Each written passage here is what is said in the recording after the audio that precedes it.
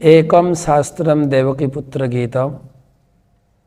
আপনারা সকলে একটাই শাস্ত্র পড়ুন। আমাদের অনেক প্রকার বেদ, পুরাণ, ইতিহাস, অনেক শাস্ত্র রয়েছে, কিন্তু একটাই শাস্ত্র পড়বেন, যেটা হচ্ছে দেবকী পুত্রের গীতি। যদিও ভগবদ গীতা, কিন্তু গ্রন্থকার ছিল ব্যাসদেব। তিনি বলছেন দেবকী পুত্রের গীতি, যেটা ভগবদ গীতা। তো তিনি সরাসরি ভগবদ গীতা লিখতে পারতেন, তিনি লেখেননি। কেননা আমাদের সমাজে, যদি বলেন হিন্দু বা সনাতন সমাজ, আমরা ভগবদ গীতা সম্বন্ধে অনেক বিকৃত কথা আমরা শুনে থাকি। গুরু গীতা, দেবী গীতা, অনেক গীতা রয়েছে।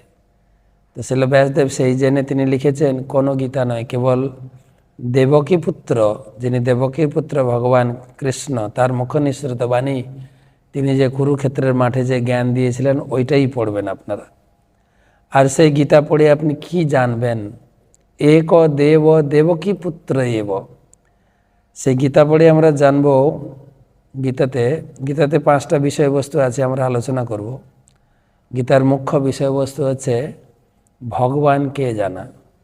তাই এখানে এই শ্লোকে, গীতা মাতের এই শ্লোকে বলা হচ্ছে এক দেব দেবকী পুত্র এব। একজনই আমাদের আরাধ্য দেবতা, তিনি হচ্ছেন দেবকীর পুত্র ভগবান কৃষ্ণ। আর একং মন্ত্রস্তস্য নামানি জানি, সেই ভগবান কৃষ্ণকে আরাধনা করার একটাই মন্ত্র, নাম, যেটা ছিল প্রভুপাদ তার ব্যাখ্যাতে লিখেছেন নাম মহানাম।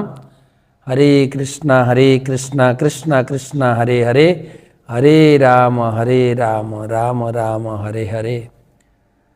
তাহলে এই শ্লোকের বর্ণনা অনুযায়ী একটাই শাস্ত্র আমরা পড়ব, যেটা হচ্ছে দেবকী পুত্রের গীতি। আর সেই শাস্ত্র পড়ে আমরা জানতে পারবো দেবকী পুত্র ভগবানই আমাদের আরাধ্য দেবতা।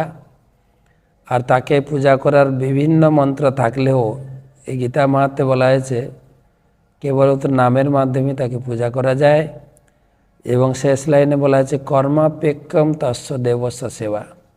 আমাদের প্রত্যেকের একটাই কাজ হওয়া উচিত, সেই দেবকী পুত্রের সেবা করা।